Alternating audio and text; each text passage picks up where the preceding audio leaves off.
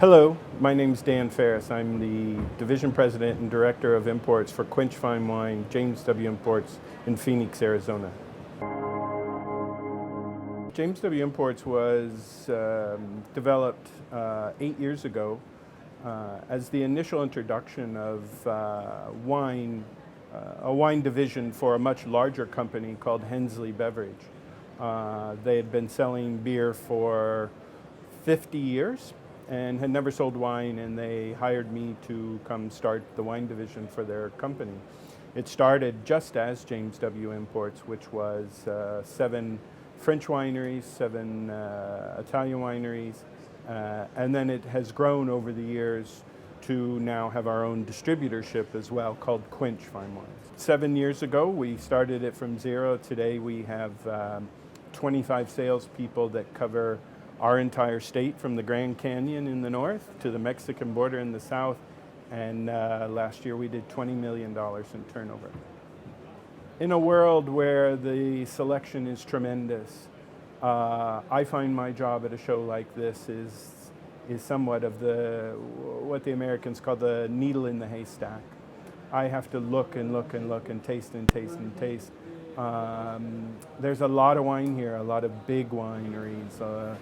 But what I often look for is that one winery that speaks of its terroir, that speaks of something different than production, something that comes from the inside. Yeah, you say, I quote, "We want wines that speak of their makers and of the soils from which the grapes grow." Yeah. That sounds like poetry. Well, I was an English major in college, so with a minor in poetry. But the idea, the idea is that, of course, it's a commodity, and of course we're in the business to be successful financially.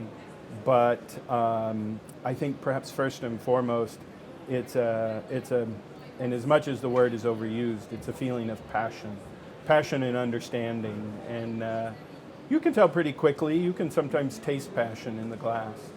It's not always that having someone explain it to you. You can be removed in a restaurant.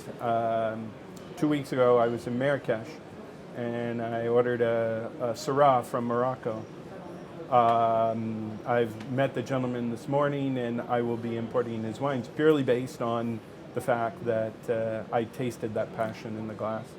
As importers, you say we take great care in the handling of our wines. Yeah, it's really difficult for us. Arizona is a lot like Morocco.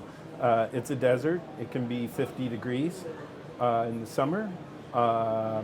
So all the wines we import come in refrigerated containers, no matter what time of year. It can be 42, 44 in the middle of winter.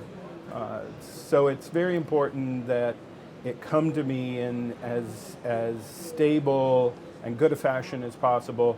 And then in turn, our trucks are all 100% refrigerated. Our warehouse kept at a constant temperature perfect. And I was told that you had a super warehouse.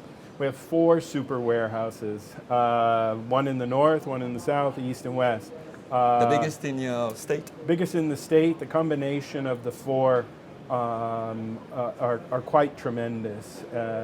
They often, the biggest one, which is in Phoenix proper, I can sometimes walk in and look, and it reminds me of the last scene of Raiders of the Lost Ark, where that barrel is just being taken away because it's very large. It's important, I think, for me that people understand large doesn't always necessarily mean a lack of passion or quality.